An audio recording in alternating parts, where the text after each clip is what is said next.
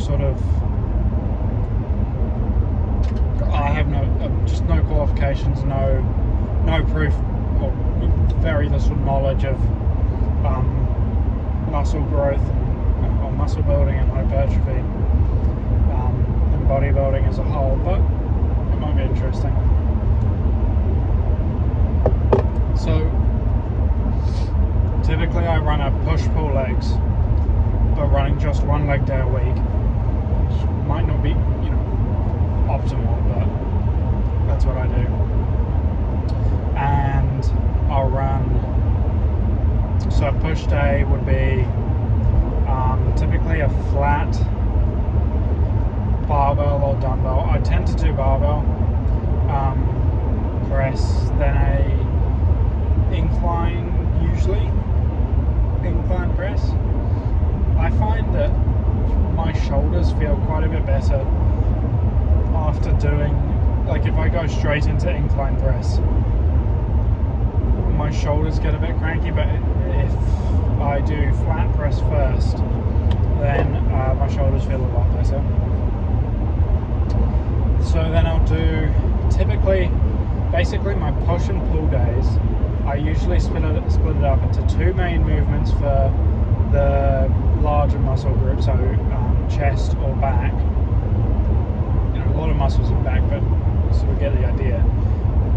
Split that up into three exercises per session, with the first two exercises being before my arms, shoulders, whatever, and then the last exercise at the very end of the workout after I've done all my arms and shoulders, solely because it allows me to put more focus into my arms and shoulders, which is, obviously, it's an area I'm trying to bring up at the moment, especially my arms.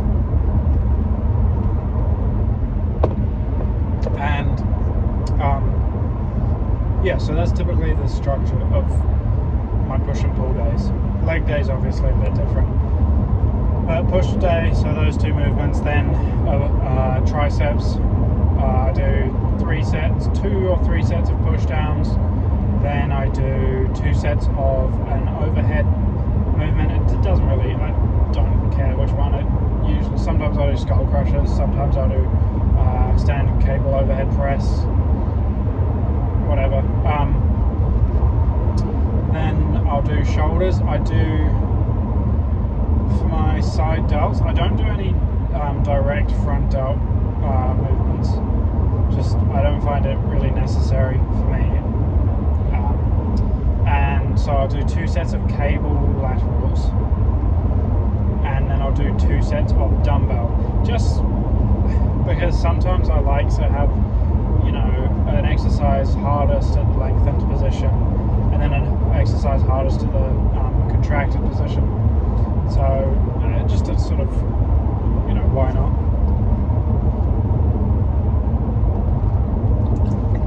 Then on a pull day, I'll do the Smith barbell row to start. Not optimal or anything like that, I just really enjoy that movement.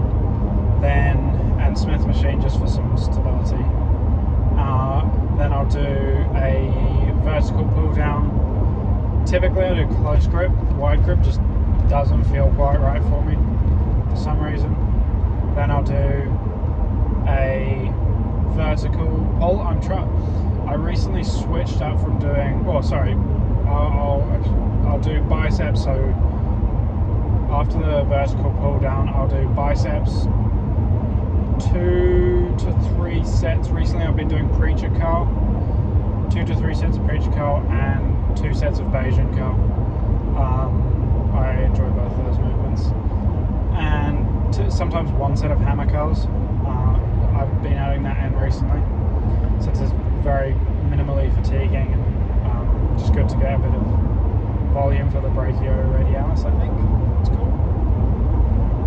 Probably wrong on that. Then I'll do my last back movement, I'll do my last back movement, which recently has been switched from a close grip cable row to a wide grip cable row. I'm just trying to my sort of width is shaping up relatively nicely from my own perspective, but my thickness, the thickness of my back could use some work, so that's something I'm trying to bring up, just to look kind of freaky. And then I'll do rear delts, and typically on cables, sometimes on dumbbells. I don't think it matters too much. Leg day, that's a bit of a different demon. It's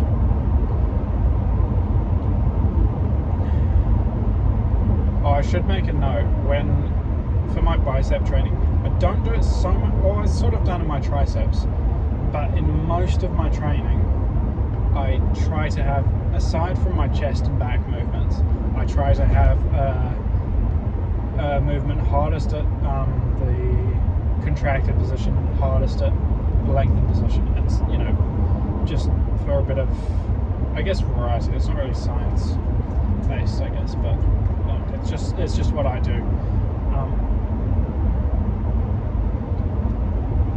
So I do that for arms, shoulders, triceps a little bit.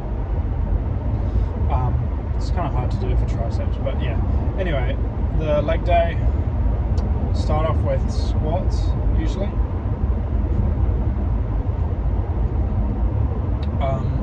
I quite enjoy squats.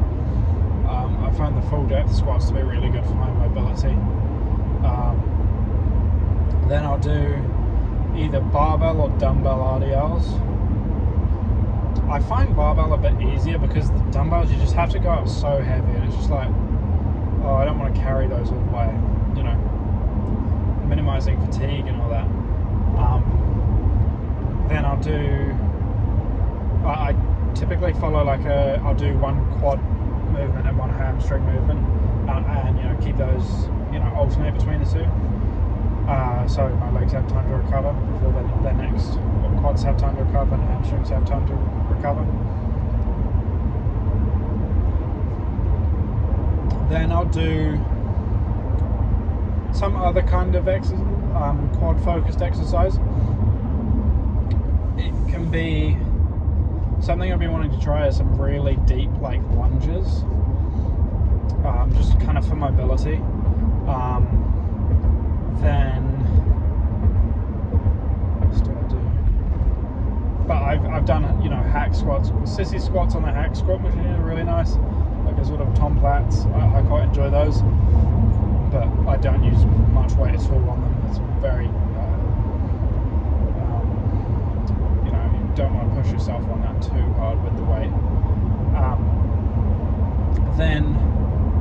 Then I'll do my seated hamstring curls, sometimes lying, sometimes seated, depends.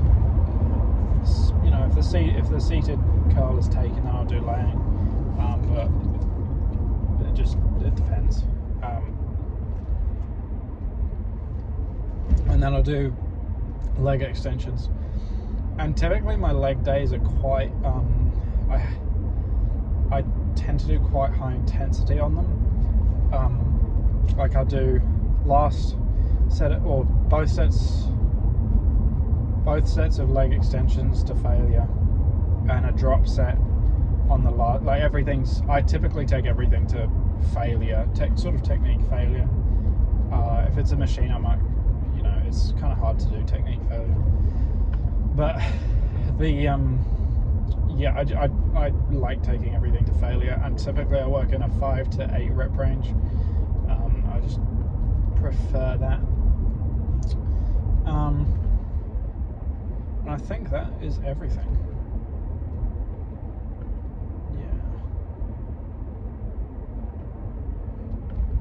Yeah. I mean, I probably, if it was somebody else, probably wouldn't do, quite as high intensity of a leg day, just because you can much better optimize growth and such things without the intensity, without as much intensity and fatigue. But I just enjoy it. It's what I've been doing for the past year and a bit. I think that's everything. So that's my split. I've been going to the gym for about a year and a bit, and that's just what I've found to sort of work for me. So, you know, if you were looking for input from somebody with no knowledge of or very little knowledge of hypertrophy and bodybuilding, there you go.